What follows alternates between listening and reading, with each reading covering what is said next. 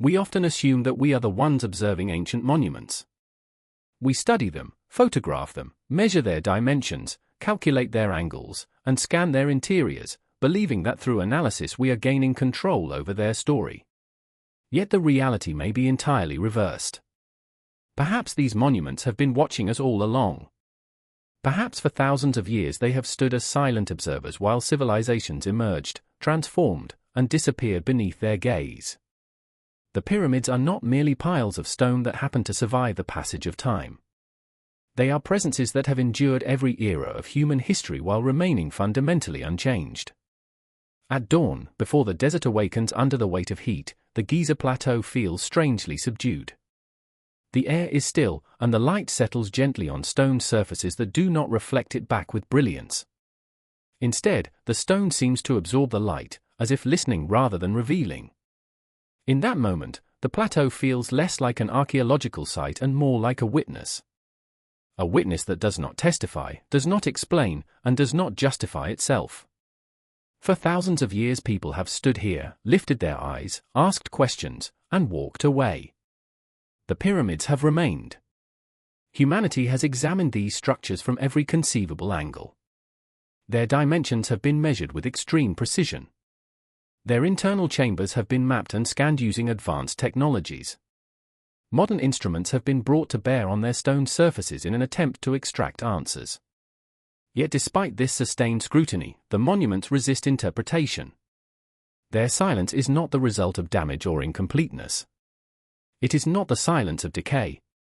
It is a deeper, more deliberate quiet, as though explanation was never part of their purpose. The Great Pyramid of Giza is undeniably an engineering achievement. Its alignment to true north is so accurate that even modern construction projects, equipped with laser-guided instruments, often fail to match it. The massive stone blocks, some weighing many tons, are fitted together with such precision that even a thin blade cannot pass between them. These are not the marks of approximation or improvisation. They reflect deliberate intent and careful execution. And yet, alongside this undeniable sophistication, there is a striking absence. There is no written technical record explaining how it was done. This absence becomes even more puzzling when viewed in the broader context of ancient Egyptian culture. Egypt was not a civilization that neglected writing. On the contrary, it was deeply invested in documentation. Taxes were recorded meticulously. Agricultural yields were counted. Workers' attendance was noted. Medical prescriptions, religious rituals, legal agreements, and astronomical observations were carefully preserved. Even the smallest details of daily life were committed to writing so they could endure beyond death. And yet, when it comes to the most ambitious construction projects in human history, the written record falls silent. This silence is not a minor oversight. It represents a fundamental gap in our understanding. In the modern world, complexity generates documentation. Wherever intricate systems exist, there are plans, drafts, calculations, and records of failure. In ancient Egypt, however, the opposite pattern appears. As construction becomes more complex, documentation becomes scarcer. The stone survives. The knowledge does not. Some scholars suggest that the technical knowledge was once written down but was lost to time. Papyrus decays, fires destroy libraries, and centuries erase fragile materials. While this explanation is plausible, it remains incomplete. If comprehensive engineering manuals had existed, we would expect at least fragments, references, or indirect mentions to survive. Yet there are none. No blueprints. No detailed instructions. No systematic explanations. This absence opens the door to a more unsettling possibility that the most important engineering knowledge was never written down at all. Throughout history, certain forms of knowledge have been treated differently from others. Practical information may be recorded freely, but knowledge associated with power, cosmic order, or the manipulation of matter is often restricted, encoded, or embedded rather than explained. It may be transmitted through ritual, apprenticeship, or architecture itself rather than through text. If this was the case in ancient Egypt, then the silence is not accidental. It is intentional. Viewed this way, the monuments themselves become the record. Stone does not decay like paper. Alignments do not forget their purpose, even when the reason behind them fades from memory. Precision continues to demonstrate itself long after the methods used to achieve it are lost. The structures stand as physical statements, preserving information in form rather than in words. If this is true, the central question shifts. It is no longer simply how these monuments were built, but for whom they were built. Who was meant to understand this language of proportion, alignment, and mass? Who could read meaning in geometry rather than text? The builders of ancient Egypt do not appear to have been mere laborious executing orders. They seem to have been participants in a worldview where construction was inseparable from cosmic responsibility. Building was not just a physical act, it was a moral and cosmological one. Accuracy was not valued solely for structural stability but because correctness itself was a principle of order. In such a framework, engineering and religion were not separate disciplines. Measurement became sacred. Geometry became belief. Construction became a ritualized act of maintaining balance between earth and sky. Within such a system, written blueprints may have seemed unnecessary. Blueprints exist to transfer knowledge from one context to another. But in ancient Egypt, knowledge may not have existed externally. It lived within people, within training systems, rituals, and shared assumptions. The builders did not need instructions because they operated inside a common framework that defined space, proportion, and alignment as self-evident truths. It is also possible that by the time writing became widespread, the engineering knowledge was already ancient. It may have been inherited rather than invented. Traditions that have always worked are rarely questioned, and what is never questioned is rarely explained. Writing, in such a case, would focus on what changes, names, events, rituals, while what remains constant is left unspoken. From this perspective, ancient Egypt appears less as an innovation-driven civilization and more as one devoted to preservation. The goal was not to invent new forms, but to maintain correct ones. This would explain why Egypt's earliest monumental structures already display confidence rather than experimentation. There is no visible learning curve carved into the landscape. The knowledge appears fully formed, as though it arrived already complete. This raises an even deeper question. If this knowledge was inherited, where did it come from? Did Egyptian builders inherit fragments of a system developed by an earlier civilization whose memory has faded? A culture shaped under different environmental conditions, different skies, and different assumptions about the world? This possibility is uncomfortable, but it arises naturally from the evidence. The earliest monuments do not look like the work of beginners. It is also possible that the knowledge was never centralized. Perhaps there was no single manual, no single authority. Instead, the system may have been distributed across roles, builders, surveyors, priests, each holding part of the whole. When these roles functioned together, the system worked. When disruption fractured that network, the knowledge dissolved without leaving a single point of reference behind. Such knowledge is both powerful and fragile. As long as training, environment, and belief remain intact, it functions seamlessly. But when disruption occurs, through climate shifts, political collapse, or social upheaval, the system can unravel quickly. Without written anchors, embodied knowledge disappears as people do. What remains, however, is the outcome. Stone. Alignment. Proportion. Structure. These continue to perform their function regardless of understanding. This is why modern explanations often feel incomplete. They focus on how stones were moved, but not on how standards were maintained.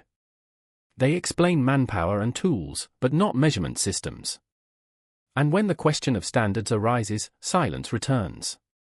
Perhaps this silence is itself instructive. Perhaps it suggests that we are asking the wrong questions.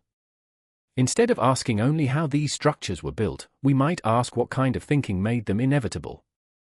Until we understand that worldview, we will continue to catalogue techniques while missing the system that gave them coherence. Ancient Egypt does not remain mysterious simply because answers are missing. It remains challenging because its deepest knowledge was never meant to be separated from lived practice. It was written into the world itself, into stone, into alignment, into endurance. And until we learn to read that language, the pyramids will continue to stand before us, complete, precise, and profoundly silent. When modern historians confront the silence left behind by ancient Egyptian builders, they rarely allow that silence to remain empty for long. Into that quiet space, an explanation is carefully placed, one that feels orderly, practical, and reassuring. It tells a story in which vast monuments emerge from simple means: mud brick ramps, limestone chips, wooden sledges, ropes pulled by thousands of laborious, patience stretched across decades. This narrative does not deny human effort, in fact, it emphasizes it. The pyramids become triumphs of organization rather than enigmas of knowledge. And for many, this explanation feels satisfying because it keeps the ancient world safely within familiar boundaries. This account is not without evidence. Reliefs show workers hauling statues on sledges while water is poured on the sand to reduce friction. Archaeological remains suggest temporary ramps existed at certain construction sites. Excavations of worker settlements reveal structured communities, fed and housed by the state rather than enslaved masses driven by cruelty. These findings corrected earlier myths and grounded Egyptian achievements firmly in human labor. They matter, and they should not be dismissed. Yet evidence can be accurate without being complete. And completeness is precisely where the story begins to strain. The ramp explanation, in particular, has become the cornerstone of conventional thinking. Over time, many variations have been proposed. Straight ramps extending from the ground. Zigzag ramps clinging to pyramid faces. Spiral ramps winding around the structure as it rose. On diagrams and scale models, these ideas appear plausible. They satisfy the basic requirement of vertical movement. They explain how heavy blocks might be lifted higher and higher as construction progressed. But when these models are expanded to the actual scale of the Great Pyramid, cracks begin to appear. A ramp capable of reaching the upper levels of the pyramid would require an enormous volume of material, potentially rivaling the pyramid itself in mass. It would need constant reinforcement, precise gradients, and careful maintenance over decades. Once construction was complete, it would also need to be dismantled, leaving behind surprisingly little trace. This alone raises questions, but the more serious issue lies elsewhere. Ramps explain elevation, not placement. They address how a block might be moved upward, but not how it was positioned with extraordinary accuracy once it arrived. Lifting a stone is one challenge. Aligning it is another entirely. The blocks of the Great Pyramid are not simply stacked. They are set into place with intentional precision. Edges meet cleanly. Weight is distributed evenly. Orientation remains consistent across thousands of placements. This is not a matter of brute force repeated often enough. It requires control. It requires reference. It requires a system capable of maintaining accuracy across time, distance, and human variability. Ropes and sledges tell a similar story. They explain motion, not transformation. They move stone from one place to another, but they do not account for the quality of the result. They do not explain how granite was shaped to flatness, how angles were maintained, or how surfaces were prepared to such a degree that joints nearly vanish. A tool that pulls weight does not create geometry by itself. Geometry must be imposed, checked, and corrected repeatedly. Without a guiding framework, repetition alone produces inconsistency, not refinement. To resolve this tension, conventional explanations often invoke time. Decades of labor. Generations of craftsmen. Trial and error spread across centuries. According to this view, precision emerges gradually as skills improve and techniques are refined. Yet when we examine Egypt's earliest monumental stone structures, this narrative falters. These monuments do not look experimental. They do not display hesitation or visible learning curves. Instead, they appear confident from the outset. The base of the Great Pyramid is leveled to an accuracy that still challenges modern builders. Its orientation to the cardinal directions is precise beyond what casual observation can achieve. These are not rough beginnings smoothed over by later mastery. They suggest control from the very start. Faced with this discrepancy, some explanations quietly soften the achievements themselves. Precision becomes good enough. Measurements are rounded. Deviations are framed as acceptable margins rather than remarkable feats. But the stone resists such reinterpretation. The blocks remain where they were placed. Their joints still meet exactly. Their alignments still hold. Approximation disappears the closer one looks. This pattern is not confined to Giza.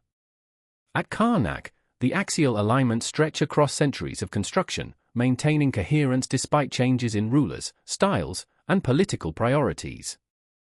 At Luxor, temple layouts integrate seamlessly with solar cycles, producing predictable illumination events that occur at specific times of year. These are not isolated successes. They are sustained practices. They indicate a continuity of method that outlived individual builders and dynasties. At this point, the official story does not collapse, but it thins. Human labor can explain movement. Organization can explain scale. Simple tools can explain basic shaping.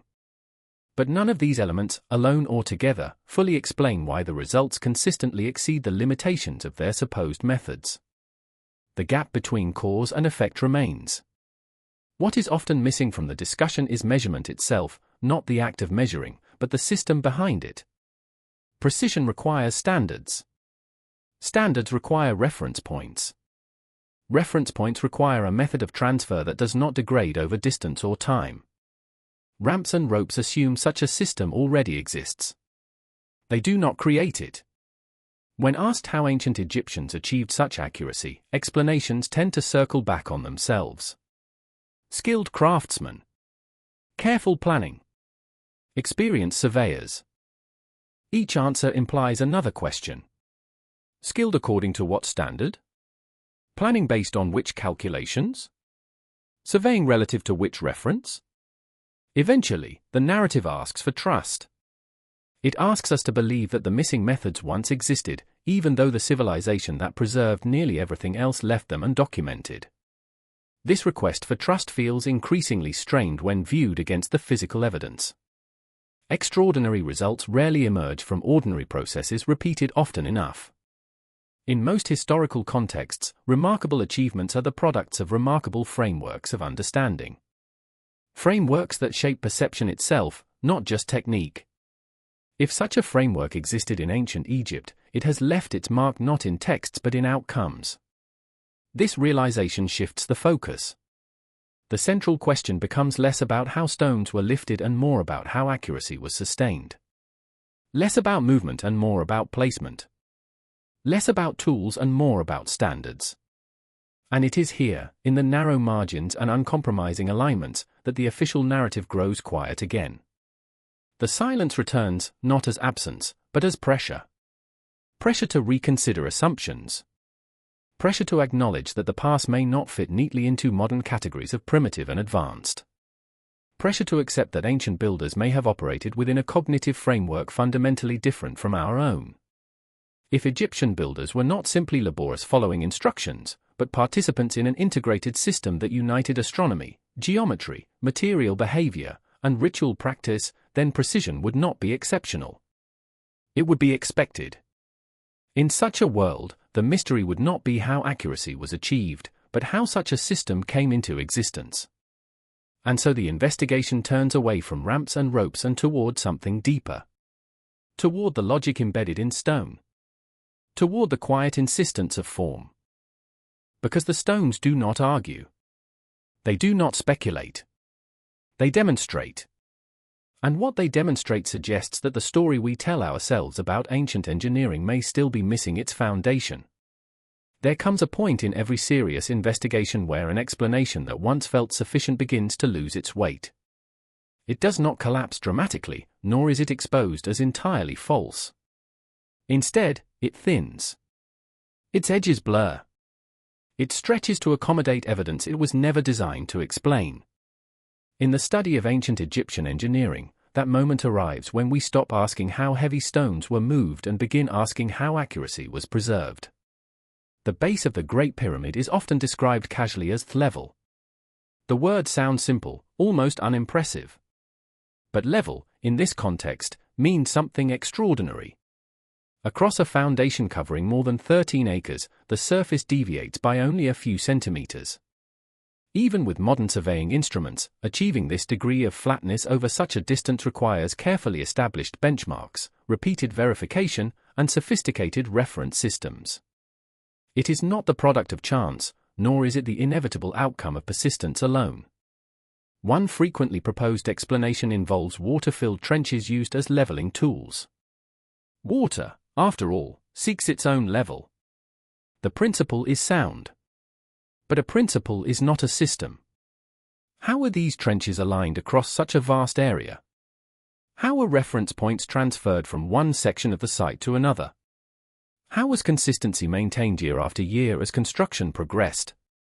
A method can explain a single action, but precision is never a single action. It is a discipline maintained through repetition, correction, and shared standards. The same challenge arises when we examine orientation. The Great Pyramid is aligned to true north with an error margin of only a few arc-minutes. This is not magnetic north, which shifts over time, but true geographic north, which must be established astronomically. Ancient Egypt had no compass. Determining true north required careful observation of the stars, repeated measurements, and a stable methodology that could be taught and trusted across generations. Achieving this once is impressive. Achieving it repeatedly, across multiple monuments and sites, implies an established system rather than isolated insight. Various theories attempt to explain this precision. Some suggest alignments using circumpolar stars. Others propose solar observations or shadow tracking. Each idea carries merit. Yet none of them, on their own, fully explain how such measurements were standardized, communicated, and preserved across time. Precision is not simply about identifying north once. It is about ensuring that everyone involved agrees on where north is, every time, for decades. This is where conventional explanations begin to fracture.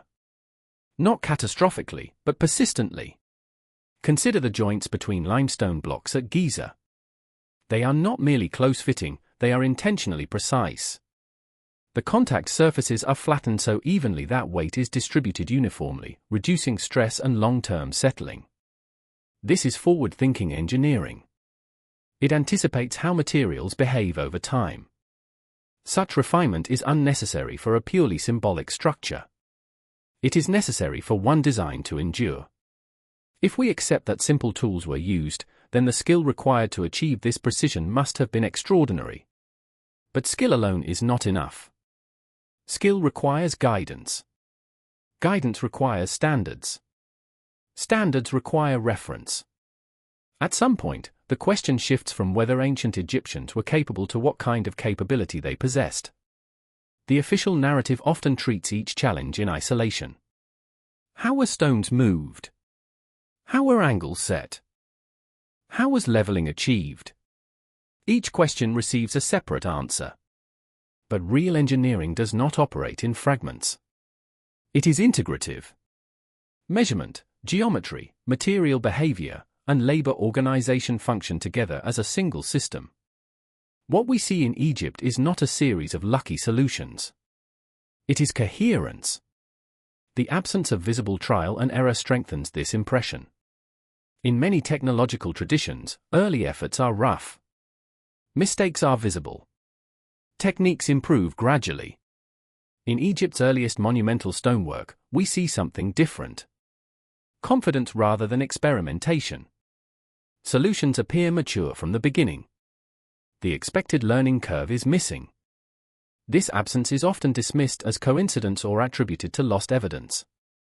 But coincidence does not repeat itself across centuries, and lost evidence cannot explain patterns that persist across geography and time. At this stage, the question becomes unavoidable. Why does our explanation stop working here? What assumptions are we bringing into the past that may not belong there? Modern thinking often divides societies into categories of primitive and advanced, as though knowledge progresses in a straight line. Ancient Egypt disrupts this model. Its builders were not primitive in any meaningful sense. They operated within a framework that integrated observation, measurement, and meaning into a unified practice. Science, religion, and engineering were not separate domains. They were expressions of the same understanding. If this integrated worldview existed, then precision would not be remarkable. It would be required. The mystery would shift from how accuracy was achieved to how such a worldview came into being. And that question leads us away from logistics and toward material itself. Stone, in Egypt, is not passive. It is a medium that preserves intention. Surfaces, joints, and finishes carry information long after words have vanished.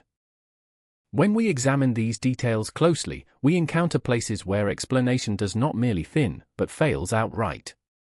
Deep beneath the sands of Saqqara lies one such place. The Serapeum does not impress through sheer scale like the pyramids. It impresses through intimacy. Narrow corridors lead to chambers lined with massive granite boxes, each weighing more than 70 tons. Visitors stand inches from surfaces so flat and polished that reflections distort perception. Corners meet at right angles with uncompromising consistency. Joints fit without filler. These are not symbolic stones. They are technical objects. Granite is not limestone. It is far harder, far less forgiving. Shaping it cleanly requires sustained force control and effective abrasion. Modern workshops rely on diamond-tipped tools, industrial saws, and automated polishing systems to achieve comparable results. Yet here, in underground chambers carved thousands of years ago, granite surfaces display tolerances that rival modern machining. The conventional explanation remains familiar. Copper tools. Stone pounders. Sand as an abrasive. Time and patience. Each element is plausible in isolation. Together, they form a story of persistence rather than precision. But the stones resist this narrative. Tool marks are scarce. Surfaces are not merely smoothed, they are flattened. Interior volumes maintain consistent geometry large enough to walk into. Lids weighing dozens of tons rest on bases with such accuracy that they appear fused. Precision of this kind does not happen accidentally. It is the outcome of a process that knows its target before it begins. It requires measurement, checking, and correction. It implies a feedback loop of control. Experience alone cannot substitute for this.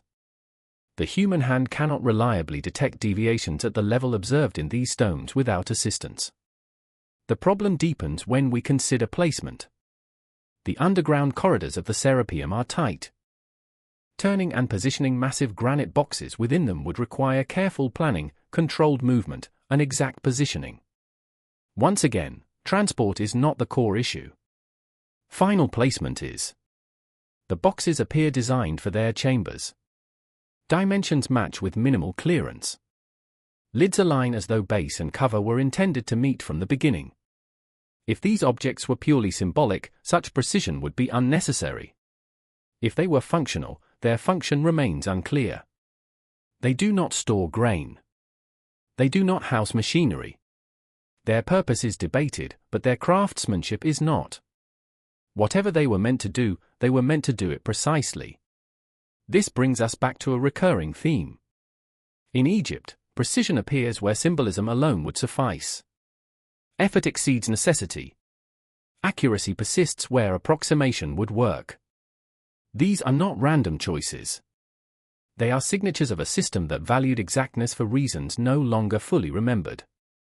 Perhaps the most unsettling aspect of these stones is not that we cannot explain how they were made, but that they do not appear experimental. There are no rough prototypes. No visible progression from crude to refined. The surviving examples suggest a mature tradition, not a newly discovered skill.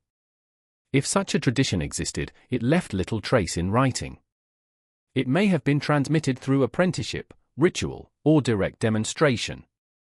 Or it may have been inherited from an earlier source, preserved intact until its deeper meaning faded. Stone, unlike paper, does not forget easily. It remembers the hand that shaped it. And in places like the Serapeum, stone remembers something history has not yet learned how to read. As we lift our gaze from underground chambers back toward the open sky, the mystery of precision does not diminish. It expands. Because the same insistence on accuracy that shaped these stones also governed how Egypt's monuments were oriented toward the heavens.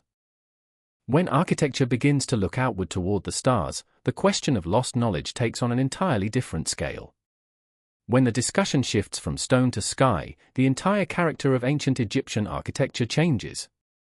What once appeared to be an exercise in endurance and precision reveals another layer, one that is quieter, more abstract, and far more demanding intellectually. Alignment is no longer just about straight lines on the ground. It becomes about orientation within a cosmic framework. And once this perspective is adopted, the monuments cease to look like isolated achievements. They begin to resemble components of a much larger system. The pyramids are not randomly placed objects rising out of the desert. Their locations, orientations, and relative position suggest deliberate planning that extends beyond local geography. The Giza Plateau itself functions as a unified layout rather than a collection of independent structures. Each major pyramid maintains a precise orientation to the cardinal directions, yet together they also form spatial relationships that appear intentional rather than coincidental. When viewed from above, the arrangement feels measured, restrained, and balanced. Orientation to true north is often treated as a technical footnote, a clever trick achieved through stellar observation. But orientation is not a trivial detail. It establishes a reference frame. Once north is fixed, everything else gains meaning: east and west, sunrise and sunset, seasonal cycles, and stellar paths. In ancient cultures, orientation often defined how sacred space was understood. In Egypt, this orientation was not symbolic alone. It was exact.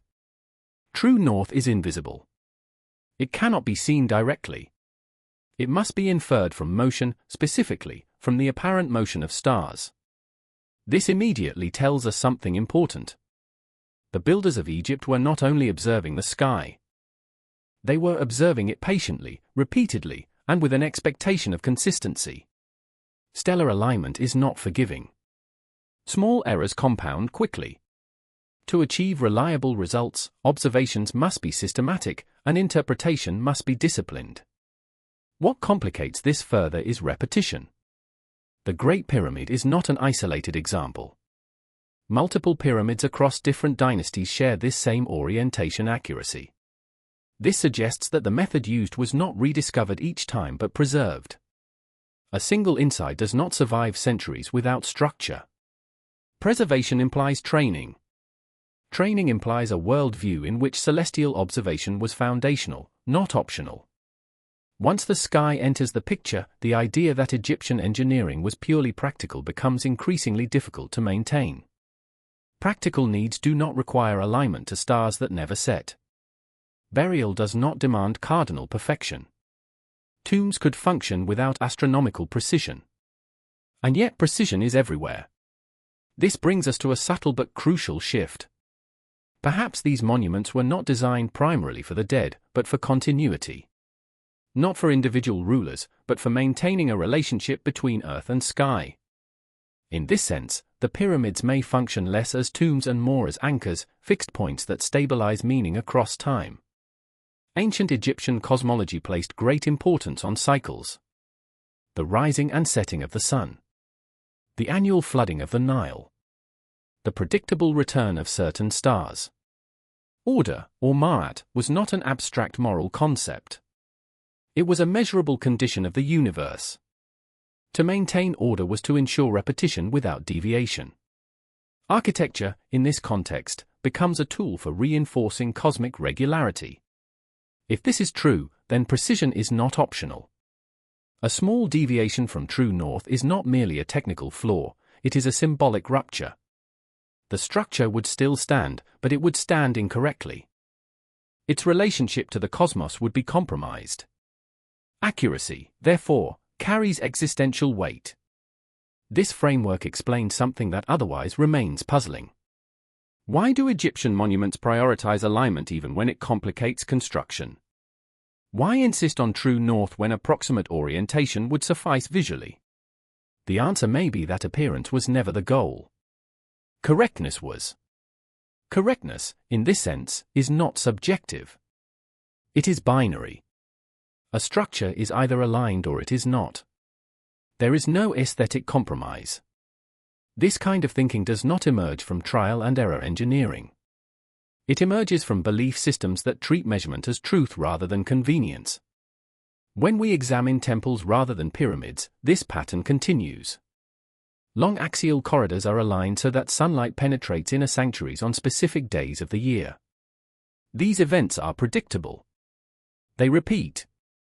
They require advanced knowledge of solar behavior and architectural foresight. The builder must know where the sun will rise years after construction begins. This demands more than observation.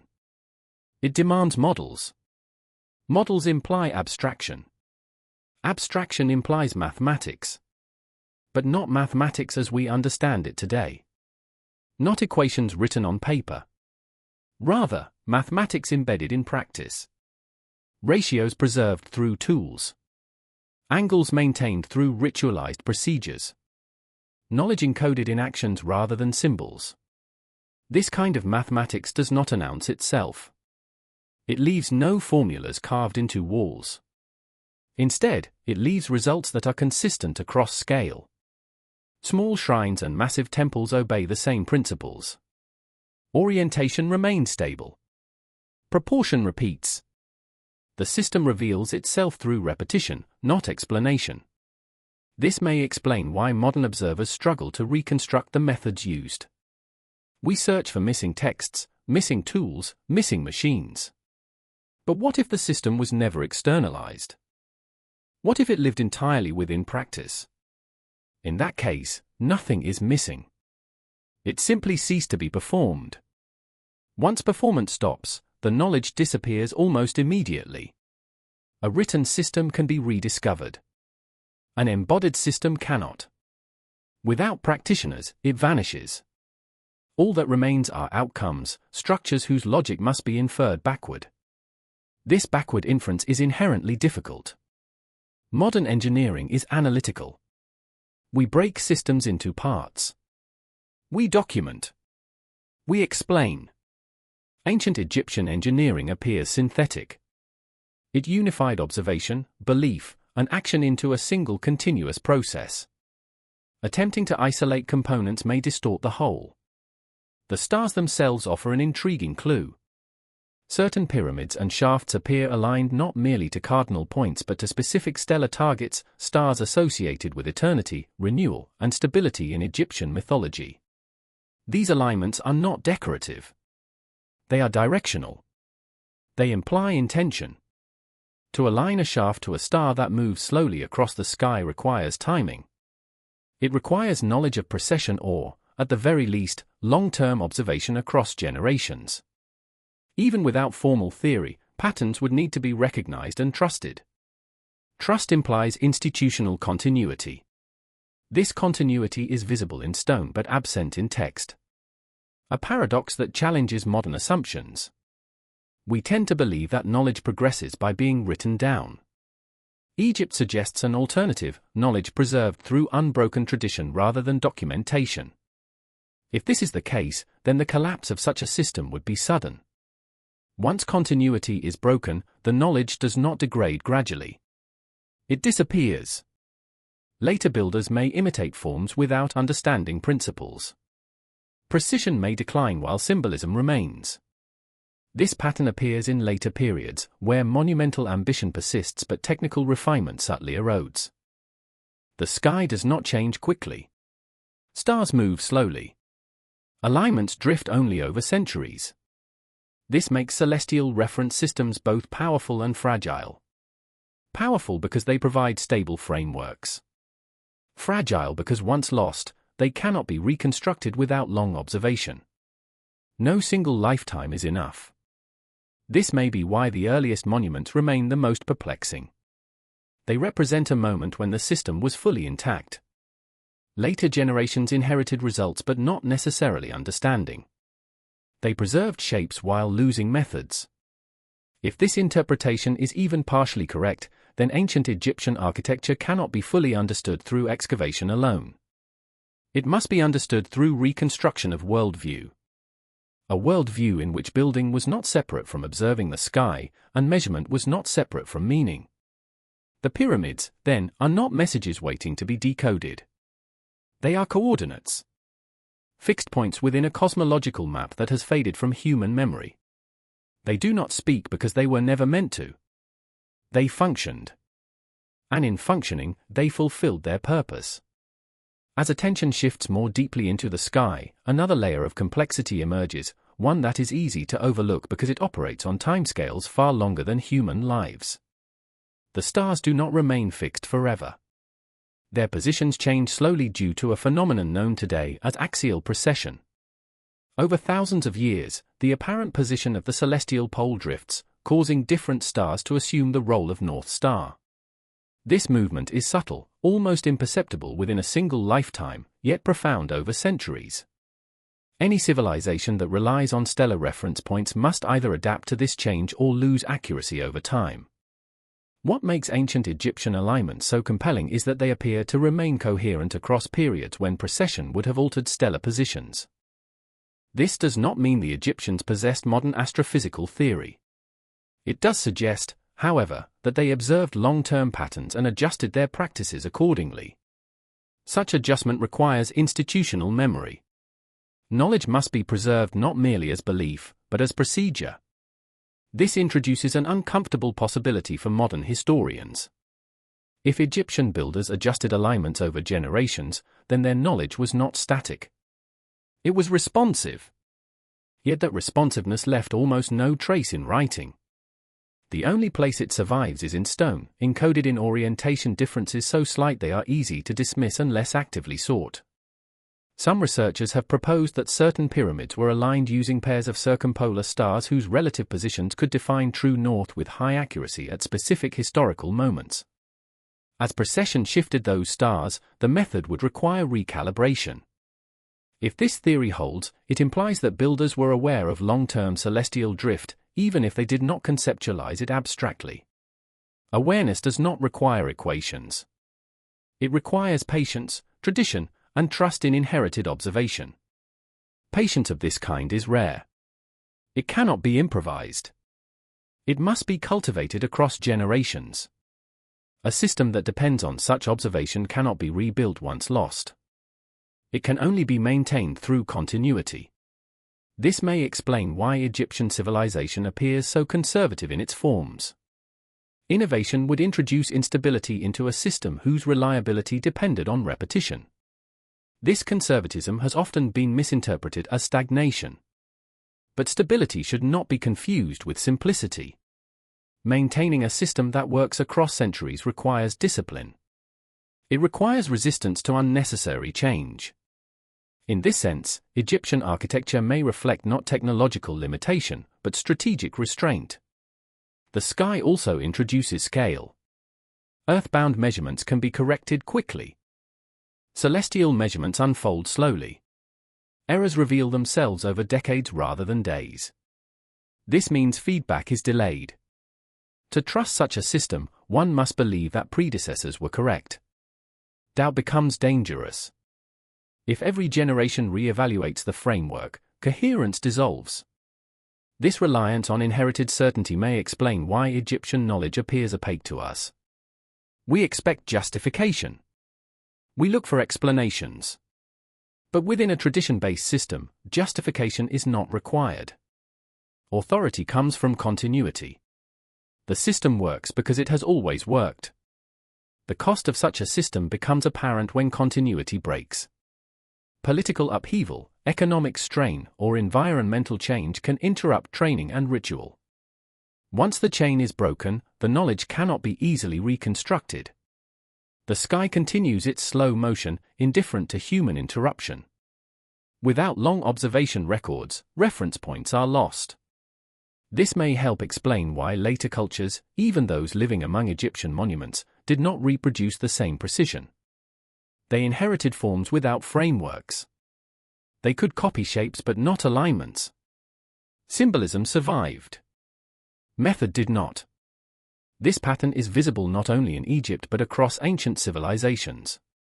Where monumental architecture appears suddenly and disappears just as suddenly, it often leaves behind structures that seem out of place within their historical context.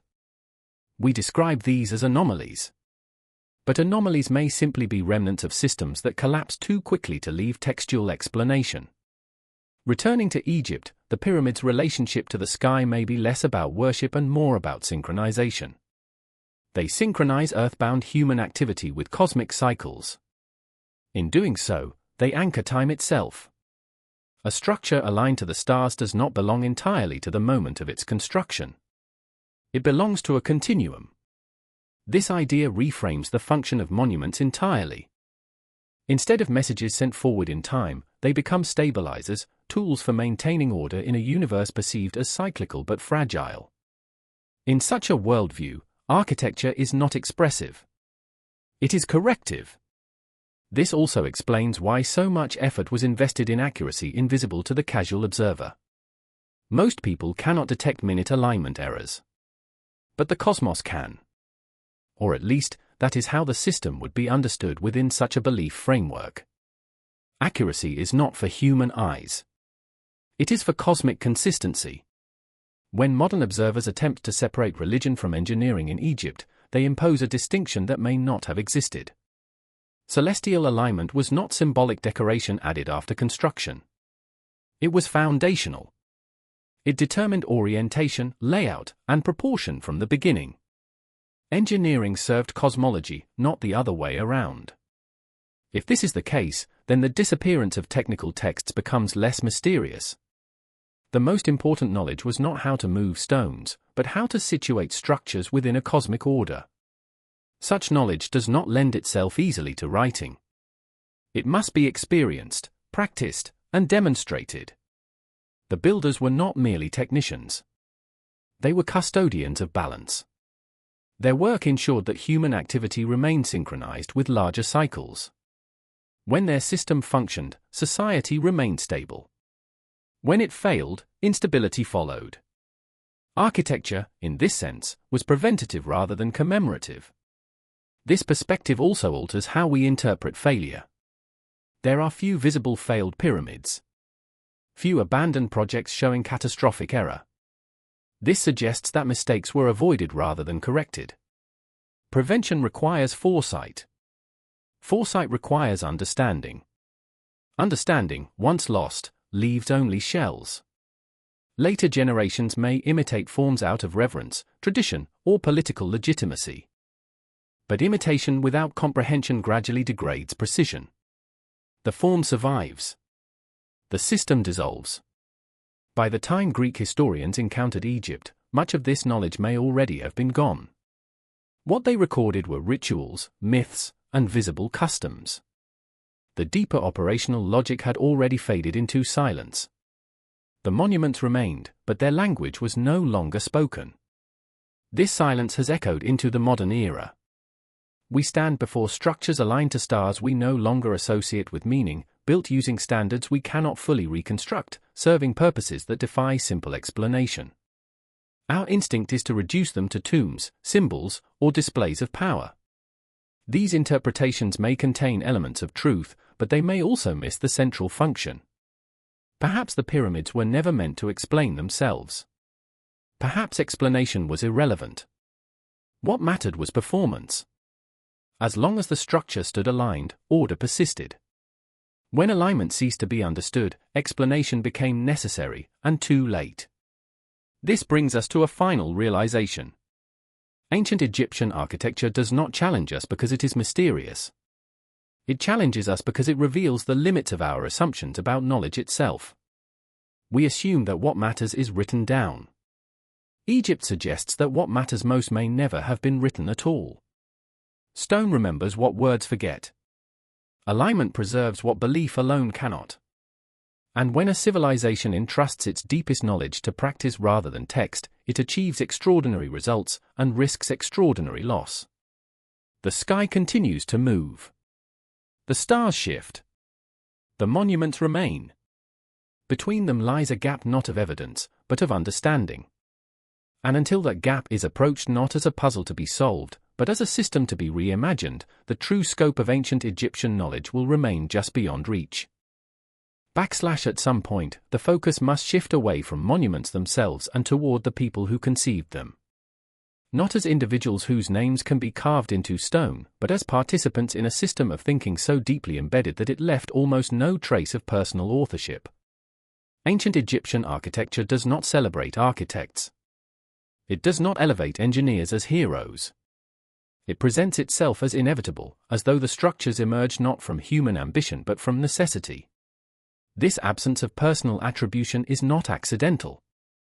It reflects a worldview in which knowledge was not owned, but inherited. Modern societies tend to frame knowledge as innovation. Progress is measured by what is new, what improves, what replaces what came before. In contrast, ancient Egypt appears to have operated within a philosophy of continuity. The highest achievement was not novelty, but correctness. A form that work did not need improvement. It needed preservation. This attitude changes everything about how knowledge is treated, transmitted, and protected. Within such a system, learning is not exploratory. It is initiatory. One does not question fundamentals, one enters them. The role of education is not to generate alternatives, but to ensure fidelity. Precision, therefore, is not the product of experimentation. It is the result of disciplined repetition. This helps explain why Egyptian architecture maintains coherence across centuries despite political and cultural change. The system outlived individuals because individuals served the system, not the reverse. This raises an important point. If architectural knowledge was embedded within a closed tradition, then access to it would be controlled. Not everyone would need to understand the full system. Some would observe the sky. Others would prepare stone.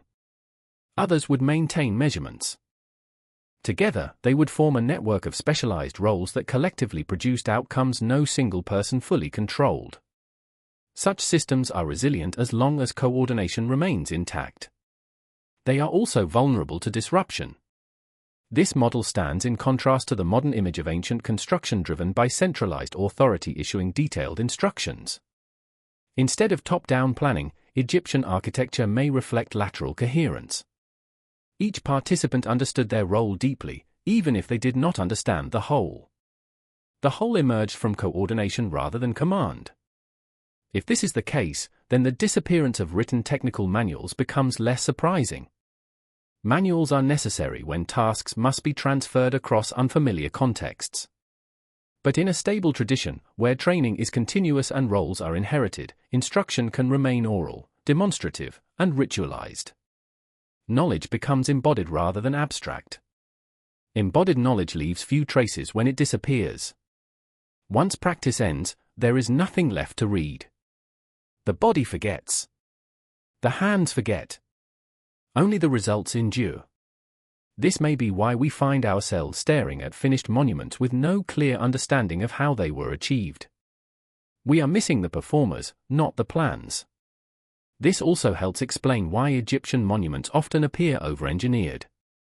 Blocks are larger than necessary. Alignments are tighter than function requires. Surfaces are flatter than visibility demands. In a system driven by continuity rather than efficiency, excess precision is not wasteful. It is protective. It ensures that small deviations do not accumulate over time. Modern engineering often tolerates margins of error because systems can be recalibrated. Ancient systems without written recalibration protocols could not afford drift. Once a standard slipped, there was no easy way to correct it. Overbuilding precision may have been a strategy to preserve correctness across generations. This idea challenges the assumption that ancient builders worked at the edge of their technical ability. Instead, they may have worked well within it. The effort we perceive as extreme may have been routine within their framework. What appears astonishing to us may have been normal to them. The social implications of such a system are significant. Knowledge becomes sacred not because it is mysterious, but because it is essential to stability. Those entrusted with it carry responsibility rather than prestige. Their authority derives from continuity, not innovation. Change becomes dangerous, not liberating. This attitude toward knowledge may also explain the rigid visual language of Egyptian art and architecture. Figures are depicted according to fixed conventions. Proportions remain stable. Perspective does not evolve toward realism. This is often described as artistic limitation. But it may instead reflect deliberate constraint. Representation, like construction, was governed by correctness rather than expression. Correctness, in this context, does not mean realism. It means alignment with an underlying order. Art, architecture, and ritual all serve the same purpose, maintaining harmony between human activity and cosmic structure. Variation threatens that harmony. Repetition reinforces it. This worldview produces a civilization that values memory over discovery. The past is not something to surpass, but something to uphold. Ancestors are not admired for their creativity, but for their closeness to foundational truth. The farther one moves from origins, the greater the risk of deviation. Such a civilization would naturally resist change even when change seems beneficial. Innovations that improve speed or efficiency might be rejected if they introduce uncertainty. Tools would evolve slowly, if at all. Techniques would be preserved even when alternatives exist. Stability would be prioritized over optimization. This helps explain a paradox often noted by historians. Egypt demonstrates extraordinary capability in specific domains, stoneworking, alignment, large-scale coordination, yet appears indifferent to technological expansion in others. This is not inconsistency. It is selectivity. Technology is adopted only when it does not threaten the system's coherence. In this light, the question of how monuments were built becomes secondary to why the system that built them was structured this way. What conditions produce a society that embeds its deepest knowledge in practice rather than text? What motivates such long-term thinking in the absence of visible reward? One answer may lie in environmental predictability.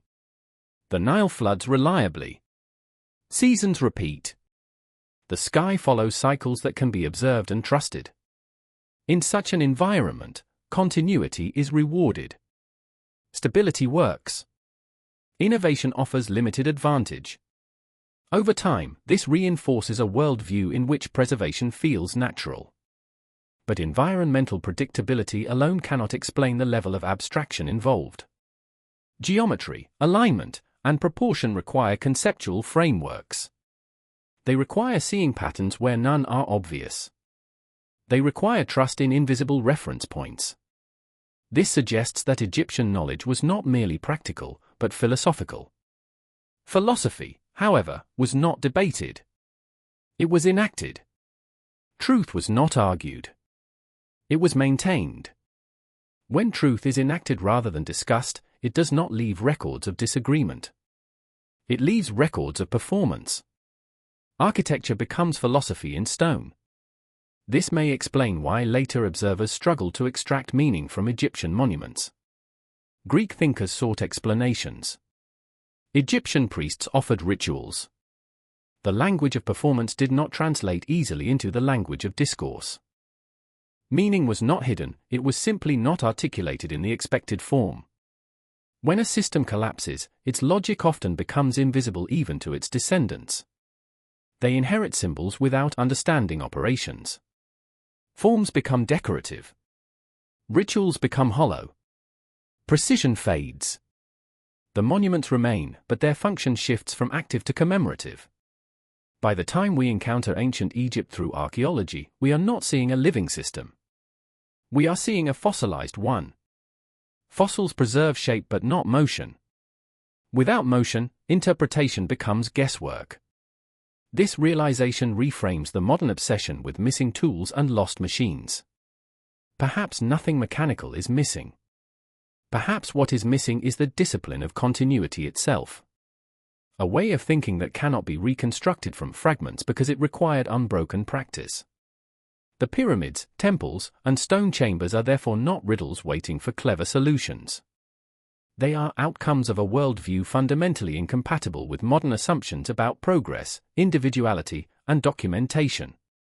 We struggle to understand them not because they are irrational, but because they are too coherent within a logic we no longer inhabit. When embodied knowledge disappears, what remains is often mistaken for deliberate secrecy. Later observers assume that information was hidden, encoded, or deliberately erased. But in many cases, nothing was hidden at all. The knowledge simply ceased to be practiced. Once practice ends, understanding evaporates rapidly. This is especially true for systems that rely on coordination rather than explanation. Without repetition, the logic behind actions becomes opaque, even to those standing closest to the results. Ancient Egypt may represent one of the clearest examples of this phenomenon. Its monuments survived political collapse, cultural transformation, and religious reform. What did not survive was the framework that made those monuments intelligible as active components of a living system. Later generations inherited stone without inheritance of method. Over time, reverence replaced understanding. This transition can be traced subtly in later construction. Forms remain recognizable, but refinement declines. Alignments grow less exact. Proportions loosen. Symbolism becomes more explicit, compensating for the loss of operational meaning. Where earlier structures relied on correctness alone, later ones explain themselves more openly through inscription and imagery. Writing increases as practice diminishes. This inverse relationship between documentation and capability is telling. When a system functions smoothly, explanation is unnecessary. When it begins to fail, explanation multiplies. Text fills the gaps left by lost continuity. Manuals appear only after mastery fades. Modern researchers often reverse this logic. They search for missing texts, assuming that explanation precedes capability. Egypt suggests the opposite. Capability precedes explanation. Writing is not the source of knowledge but a response to its erosion. This helps clarify why later Egyptian texts focus heavily on mythological and ritual interpretation rather than technical description. They explain meaning, not method. The method no longer existed as a living tradition. Only its symbolic justification remained. The collapse of embodied knowledge also explains why imitation fails. Later builders could copy shapes, but copying is not replication. Without understanding tolerances, reference systems, and standards, imitation becomes approximation. Over time, approximation accumulates error. The result looks similar but behaves differently. This process is familiar in many domains. A trained musician can play without conscious reference to theory. A student reading the same music without embodied skill produces sound, but not mastery. The difference lies not in information, but in integration. Egyptian architecture reflects integration at a civilizational scale. Once integration collapses, specialization fragments. Roles that once coordinated become isolated. Surveyors lose connection to builders. Astronomical observation detaches from construction. Ritual continues, but without technical anchoring. The system persists in form, but not in function. From the outside, this fragmentation appears as decline. From the inside, it may have felt like preservation. People continue what they can. They repeat what they remember. Over time, repetition hardens into tradition, even as meaning drains away. This may be why Egypt appears timeless in popular imagination. Its visual language remains consistent for millennia. But beneath that consistency lies gradual loss. Stability of form masks instability of system. Modern archaeology often struggles with this distinction. We analyze objects in isolation, unaware of the networks that once connected them. We measure stones without measuring coordination. We catalog alignments without reconstructing the observation culture that produced them. In doing so, we risk mistaking remnants for systems. The temptation is always to reduce ancient achievement to tools. If we can identify the hammer, the chisel, the ramp, then the mystery feels solved. But tools do not generate coherence. They enable action within a framework. Without the framework, tools produce randomness, not precision. This reductionism also reflects modern bias. We live in a world where technology advances rapidly, while social continuity is weak. We assume innovation compensates for fragmentation. Ancient Egypt appears to have assumed the opposite. Continuity compensated for limited innovation. Neither approach is inherently superior. They serve different environments. Egypt's system thrived under predictability. Ours thrives under change. The problem arises when one system is used to interpret the other. When we project modern assumptions backward, we look for missing machines instead of missing disciplines. We imagine secret technologies instead of disciplined traditions. The result is speculation that oscillates between dismissal and exaggeration. Either the Egyptians were primitive laborious, or they possessed impossible technologies. We stand inside structures designed to operate within a worldview we no longer share. Understanding this does not diminish Egypt's achievement. It deepens it. It reveals a civilization that invested not only in stone, but in continuity itself. A civilization that understood that the greatest risk to knowledge is not ignorance, but interruption. The lesson may be uncomfortable, because it challenges modern confidence in documentation. Writing feels permanent. Databases feel secure. But without continuity of practice, documentation becomes inert. Egypt reminds us that the most durable systems may be those that never rely on explanation at all. Stone endures. But stone alone does not teach. It requires a culture capable of reading it. When that culture disappears, stone becomes silent. The pyramids did not lose their meaning because it was hidden. They lost it because the world that gave it meaning no longer exists. What remains is not a puzzle with missing pieces, but a structure whose operating system has been uninstalled. To approach ancient Egypt honestly, we must abandon the idea that every achievement requires a missing gadget or forgotten machine. Sometimes what is missing is not a thing, but a way of being. A way of learning. A way of transmitting knowledge without separating it from life itself. This realization does not solve the mystery. It reframes it. And in doing so, it moves us closer to understanding why ancient Egypt continues to resist explanation. Not because it was irrational or magical, but because it was coherent in a way modern thinking rarely allows. At a certain depth of inquiry, the question is no longer whether ancient Egypt possessed advanced capabilities, but what kind of intelligence those capabilities represent. Modern discussions often reduce intelligence to problem-solving efficiency or technological novelty. Yet Egyptian achievements do not fit neatly into that framework. Their accomplishments suggest a different orientation altogether, one focused less on overcoming nature and more on aligning with it. This distinction matters. Modern engineering is adversarial. We impose straight lines on uneven terrain, force materials into compliance, and compensate for error through redundancy and recalibration. Egyptian construction, by contrast, appears cooperative.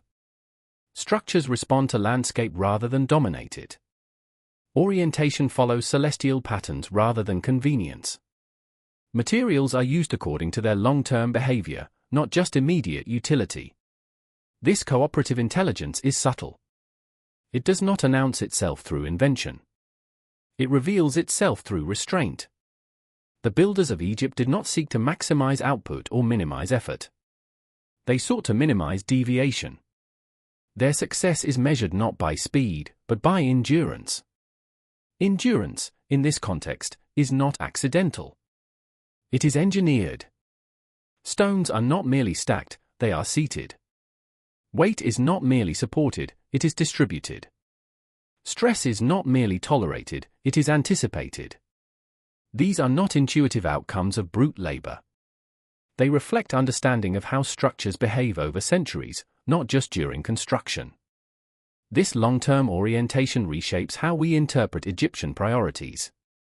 A culture focused on endurance does not optimize for short-term efficiency. It invests in precision because precision delays decay. Small inaccuracies amplify over time. Eliminating them early extends longevity exponentially. Modern engineers rely on maintenance schedules and repair cycles to address this problem. Egyptian builders relied on correctness at inception. If a structure was placed correctly, aligned correctly, and proportioned correctly, it required minimal intervention. The building itself became stable within its environment. This approach also explains Egypt's apparent indifference to rapid innovation. Innovation introduces uncertainty. Uncertainty threatens endurance.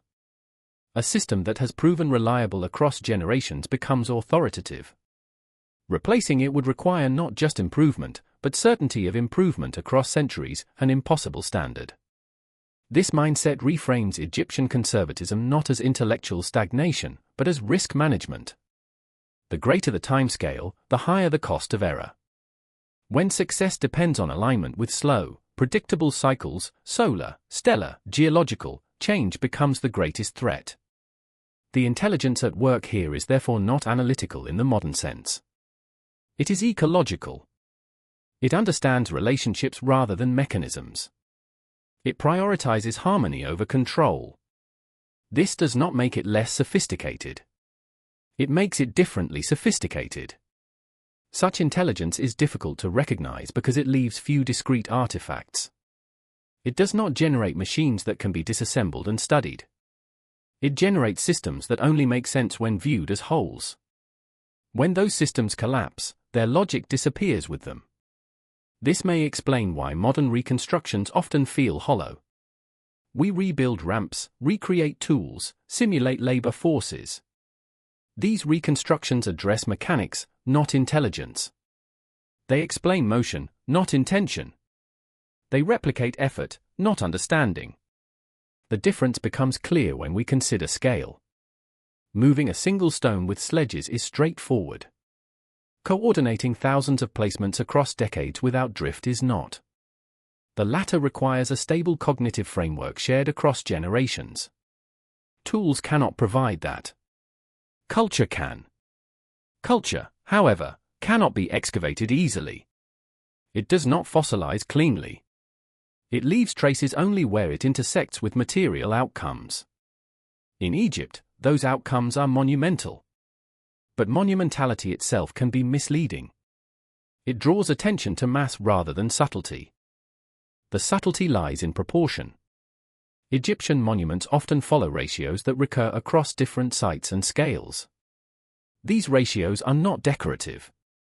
They regulate stress, balance, and visual harmony. They link microscale decisions to macroscale coherence. Proportion also connects architecture to the human body. Egyptian art depicts figures according to fixed proportional grids. This is often interpreted as stylistic rigidity. But it may reflect a deeper principle, the belief that the human form itself is an expression of cosmic order. Architecture mirrors the body, and the body mirrors the cosmos. If this is the case, then construction becomes a form of embodiment. Buildings are not objects imposed on the world. They are extensions of a living order. Precision is therefore ethical, not merely technical. To build incorrectly is to disrupt balance. This ethical dimension of precision is almost entirely absent from modern engineering discourse. Accuracy is valued because it improves performance, not because it maintains harmony. Egypt suggests a worldview in which these two goals were inseparable. Once ethics, cosmology, and engineering merge, documentation becomes secondary. You do not write manuals for morality. You cultivate it. You transmit it through example, ritual, and repetition. The same may have been true for technical knowledge. This perspective casts new light on the role of ritual in Egyptian society. Ritual was not superstition layered onto practical life. It was a mechanism for reinforcing correct behavior. Repetition trained perception. Ceremony stabilized memory. The boundary between ritual and technique dissolves. In such a system, learning does not occur primarily through explanation. It occurs through participation. One learns by doing, observing, correcting, and repeating within a structured environment. This produces mastery without abstraction. Mastery without abstraction is difficult to recover once lost. Modern societies preserve knowledge through symbols. Egypt preserved it through continuity. When continuity breaks, symbols alone are insufficient. This helps explain why even with unlimited access to monuments, modern researchers struggle to replicate Egyptian results using ancient methods. The missing ingredient is not effort or ingenuity. It is integration. Without the original cognitive framework, replication becomes approximation. Approximation can achieve resemblance, but not equivalence. It can reproduce form, but not function. The difference is subtle but critical. Egyptian monuments do not merely look precise. They behave precisely over time. This behavior is visible in their stability. Despite earthquakes, erosion, and human interference, many structures remain fundamentally sound. Their endurance is not miraculous. It is engineered through foresight. Foresight of this kind requires humility. It requires builders to subordinate individual expression to collective continuity. Names fade. Structures remain. Achievement is measured not by recognition, but by survival. This is perhaps the most alien aspect of Egyptian intelligence for modern observers. We equate progress with visibility. Egypt equated success with invisibility. The best system was the one that did not need to announce itself. When viewed this way, the absence of technical texts becomes almost expected. Writing fixes ideas in time. Egyptian knowledge flowed. Fixing it may have felt unnecessary or even dangerous. A written method cannot adapt quietly. A living tradition can. The danger, of course, is total loss. Egypt accepted this risk in exchange for stability. For centuries, the trade-off worked. When it failed completely. What we inherit now is the residue of that choice. Stone without system. Precision without explanation. Achievement without instruction. Understanding this does not require attributing lost technologies or external intervention. It requires recognizing a form of intelligence that valued alignment over domination, continuity over novelty, and correctness over creativity. This intelligence is not inferior to modern intelligence. It is orthogonal to it. And until we stop measuring ancient Egypt against modern priorities, its achievements will continue to feel inexplicable. One of the greatest obstacles to understanding ancient Egyptian intelligence is not a lack of evidence, but an excess of assumption. Modern observers approach the past with deeply ingrained expectations about how intelligence should express itself. We look for complexity in machines, for progress in innovation, for mastery in documentation. When these markers are absent, we assume simplicity. Egypt challenges that assumption at every level. The intelligence expressed in Egyptian civilization does not present itself as cleverness. It presents itself as balance. Balance between effort and result. Balance between human activity and natural cycles. Balance between permanence and change. This balance is not accidental. It is cultivated. Cultivation requires time. Not just years, but generations. Knowledge that matures slowly cannot be rushed. It cannot be compressed into manuals or diagrams. It must be lived long enough to prove itself. Egyptian civilization appears to have committed to this long maturation. It accepted limits in exchange for reliability. This commitment reshapes how we interpret technological absence. The lack of wheels in monumental construction, for example, is often cited as evidence of limitation. But wheels excel on prepared surfaces. They fail on uneven ground, sand, and inclines. Sledges, by contrast, distribute weight and adapt to terrain. Choosing sledges over wheels may reflect environmental intelligence rather than ignorance. Similarly, the limited use of metal tools is often misunderstood. Metals introduce sharpness, but also brittleness and inconsistency, especially in early forms. Stone tools, combined with abrasives, offer predictability. Predictability is more valuable than speed when outcomes must endure. This pattern repeats across Egyptian material culture. Choices favor reliability over novelty. Stability over experimentation. These are not the preferences of a culture unaware of alternatives. They are the preferences of a culture that has tested alternatives and rejected unnecessary risk. Modern societies often mistake choice for limitation. We assume that if something was not used, it could not have been used. Egypt reminds us that restraint can be intentional. What is absent may have been deliberately excluded. This realization complicates the search for lost technologies.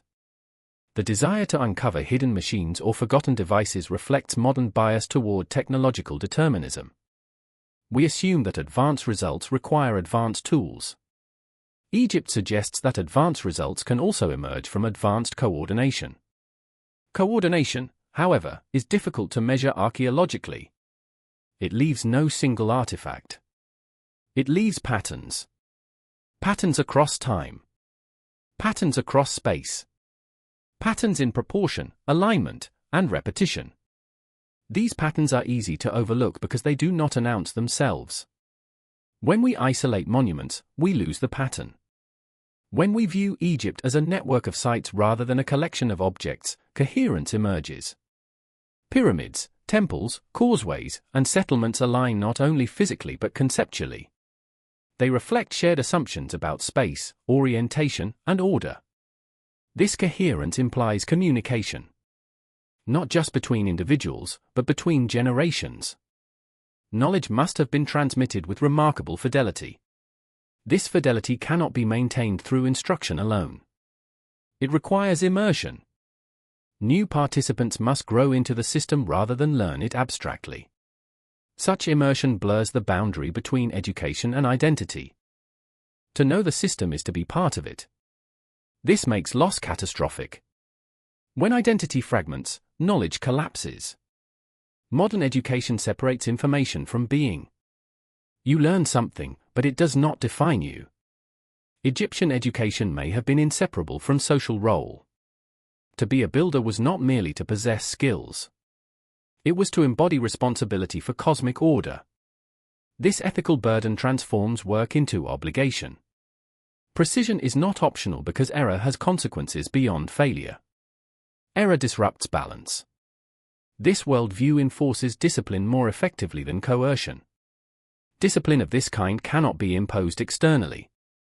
It must be internalized. It must be believed. Once belief erodes, discipline weakens. No amount of instruction can replace conviction. This may explain why later societies, even with access to Egyptian monuments, could not replicate their precision. They could adopt techniques, but not beliefs. They could follow steps, but not share assumptions. Without shared assumptions, systems fail. Modern reconstructions often underestimate this problem. They treat ancient methods as recipes. Follow the steps, and the result will emerge. But recipes assume stable context. Remove context, and instructions lose meaning. This is evident in experimental archaeology. Researchers replicate ancient tools and attempt to reproduce results. Successes are partial. Failures are attributed to missing steps or insufficient labor. Rarely is the possibility considered that the missing element is cultural, not technical. Culture cannot be reverse-engineered easily. It does not leave schematics. It leaves habits. Once habits vanish, reconstruction becomes speculative. This is why debates about ancient Egypt often polarize. Some dismiss its achievements as exaggerated. Others inflate them into myths of lost super-technology. Both positions avoid the uncomfortable middle, that Egypt operated with a form of intelligence neither primitive nor modern. Accepting this middle position requires humility. It requires acknowledging that modern frameworks are not universal. That intelligence can organize itself around values we no longer prioritize.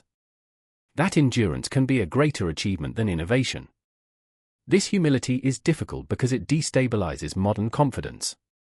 We like to believe we are more advanced than the past. Egypt complicates that narrative. Its monuments do not suggest linear progress. They suggest divergence. Progress implies direction. Egypt may have pursued stability instead. Stability does not accumulate novelty. It accumulates reliability. Over time, this produces results that appear miraculous because they resist decay. When we stand before Egyptian monuments, we are not witnessing the peak of a technological curve. We are witnessing the residue of a decision to value continuity above all else. That decision shaped everything from tool choice to social organization. This perspective also explains Egypt's longevity. Few civilizations persist for millennia with coherent identity. Egypt did. Its system absorbed change without collapsing. That resilience required compromise. It required limiting innovation to protect coherence. Eventually, however, no system is immune to disruption. External pressures accumulate. Climate shifts alter resources. Political instability interrupts transmission. Once continuity breaks, recovery is unlikely. The tragedy of Egypt is not that its knowledge was lost. It is that it could only exist under conditions no longer sustainable. Its system required patience, stability, and long-term trust. When those conditions vanished, so did the system. What remains now is evidence without context. Achievement without explanation. Precision without instruction. We can admire it, measure it, and speculate about it, but we cannot easily re-enter the mindset that produced it. This does not mean understanding is impossible. It means understanding requires a different approach. One that values systems over tools, continuity over innovation, and coherence over novelty. Ancient Egypt invites us to reconsider what intelligence looks like when it is optimized for permanence rather than progress. When success is measured not by speed or expansion, but by survival across deep time.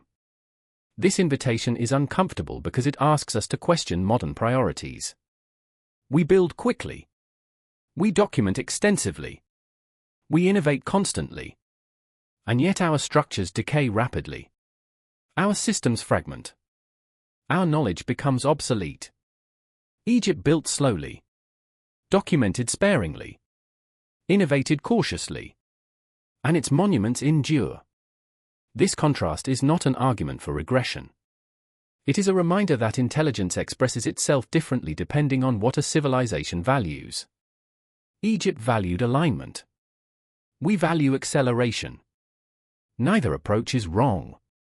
But confusing one for the other leads to misunderstanding. When we judge Egypt by modern standards, we miss what made it extraordinary.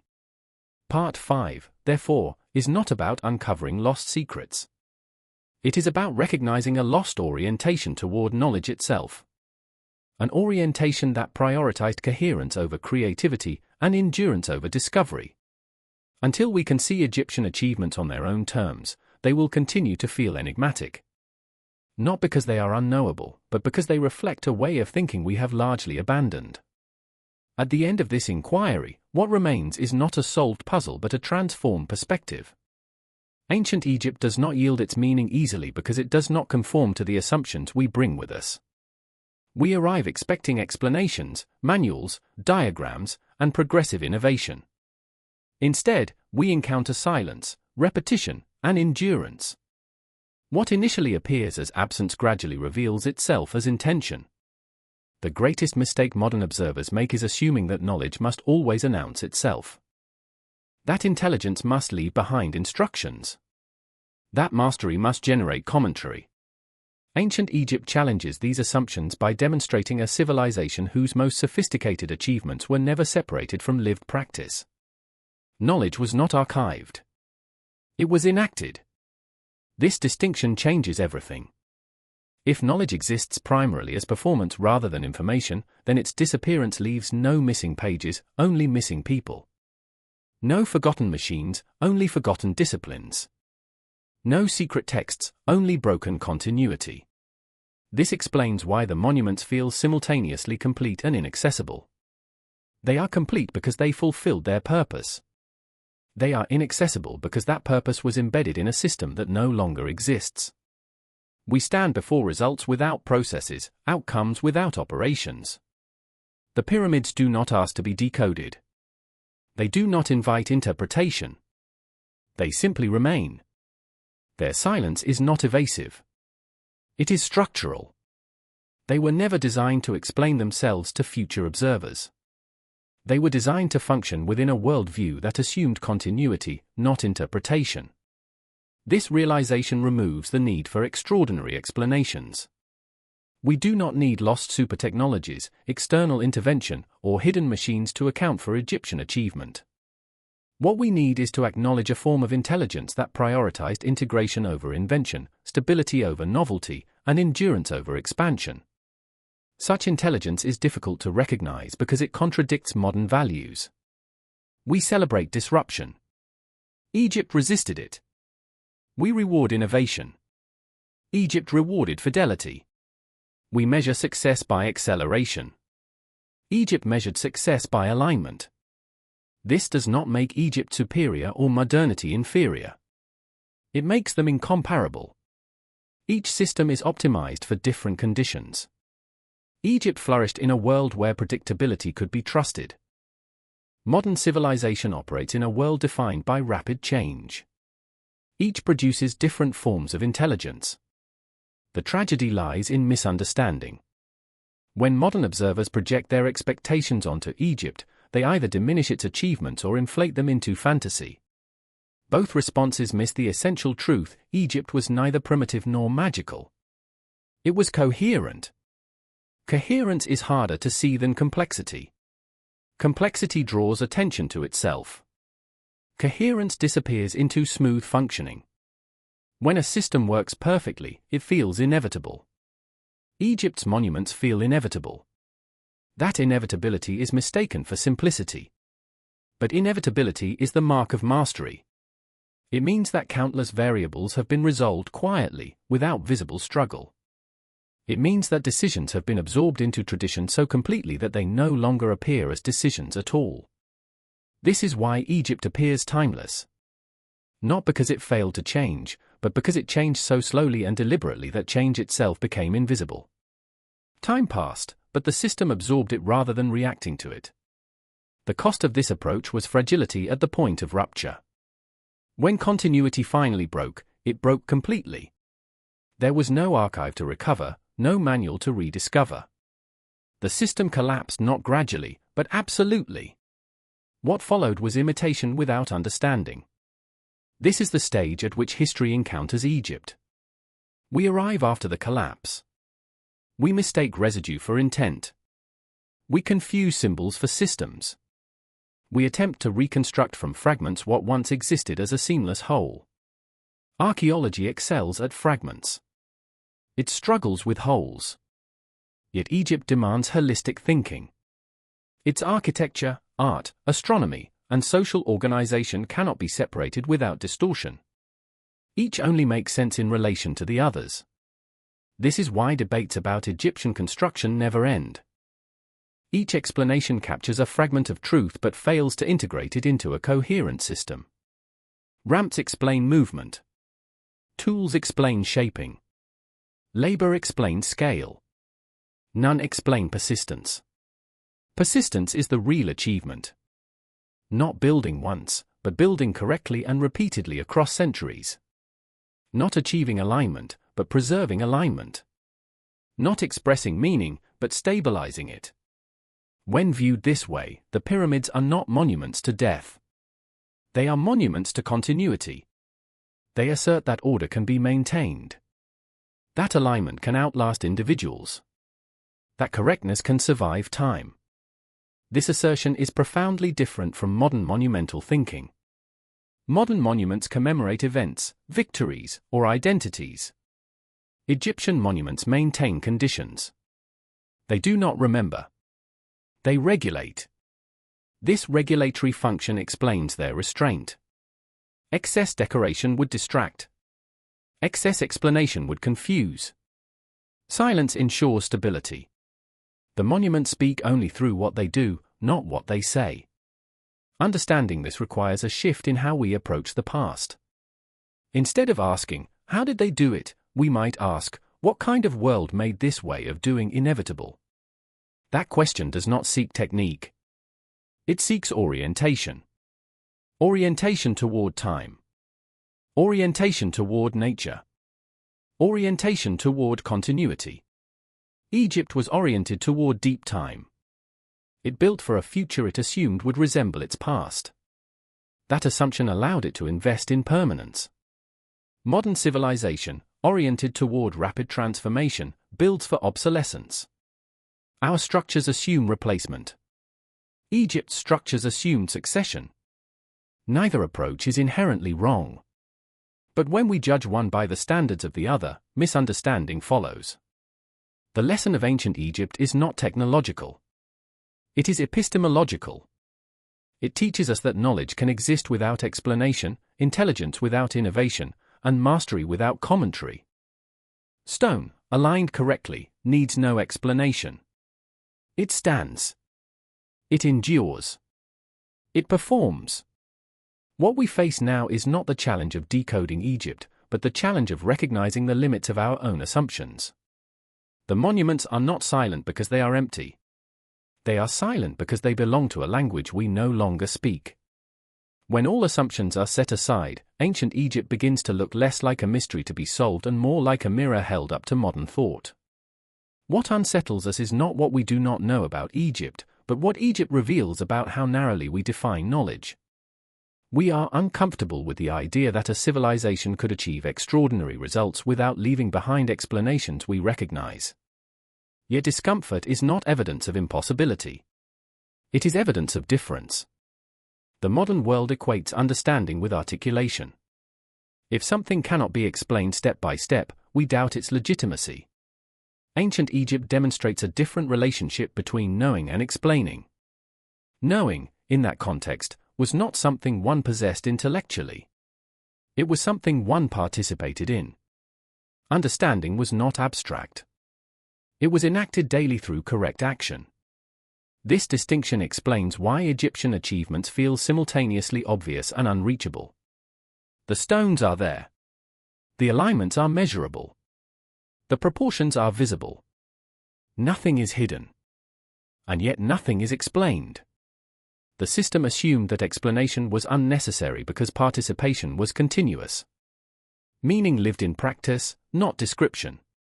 Once that practice ended, meaning collapsed instantly. There was no gradual fading. No partial recovery. The system did not degrade into something simpler. It disappeared. What followed was reverence without comprehension, imitation without integration, symbolism without function. Modern observers often mistake this outcome for secrecy. They imagine hidden knowledge deliberately withheld from the masses.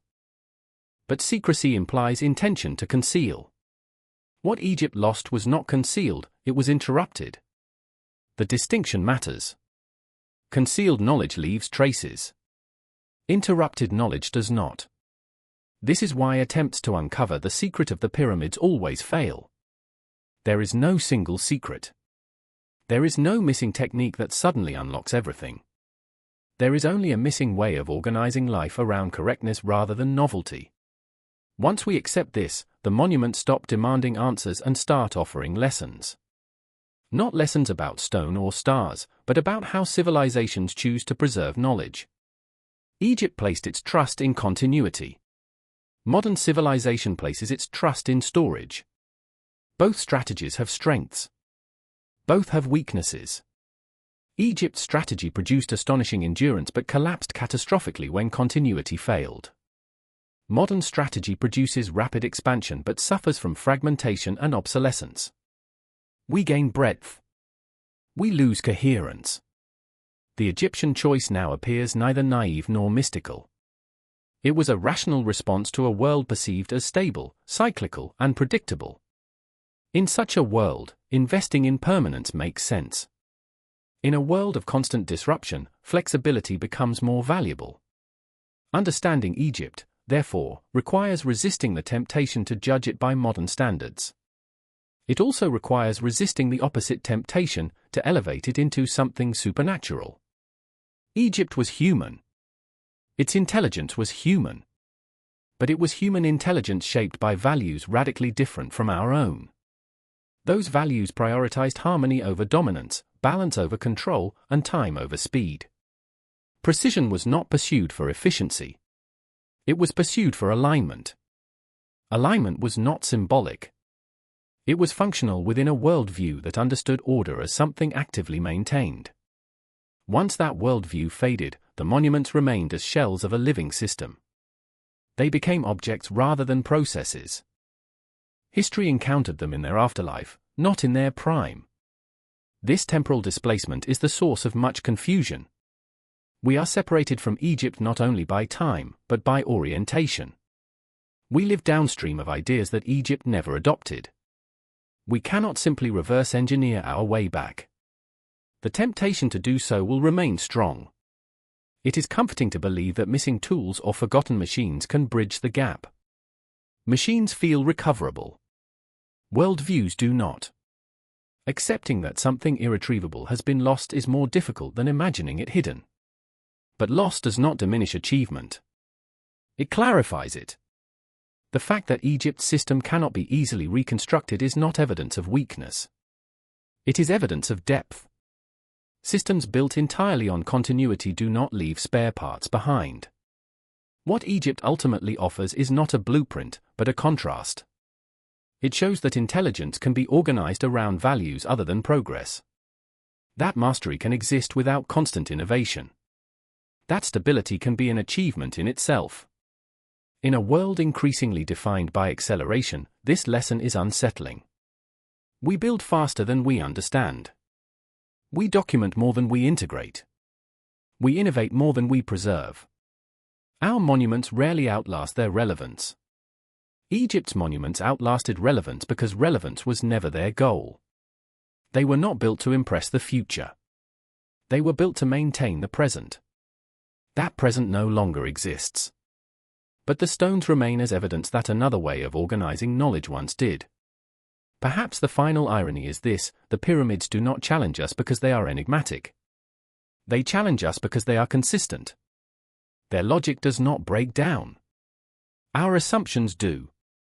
When we stop asking what Egypt lacked and start asking what it chose, the story changes. Egypt did not fail to document. It chose not to rely on documentation. It did not fail to innovate. It chose not to disrupt. It did not fail to explain. It chose to perform. Understanding ancient Egypt, then, is not about discovering something new. It is about recognizing something old that no longer fits into modern categories. A form of intelligence that prioritized continuity over commentary, alignment over articulation, and endurance over explanation. The monuments do not need to speak. They already did what they were meant to do. They held order in place long enough for time itself to move on. What remains for us is not an answer, but a question, one turned inward rather than outward. What kind of civilization do we want to be remembered as? One that explains everything but preserves little? Or one that preserves much without explanation? Egypt made its choice. The stone still stands as testimony.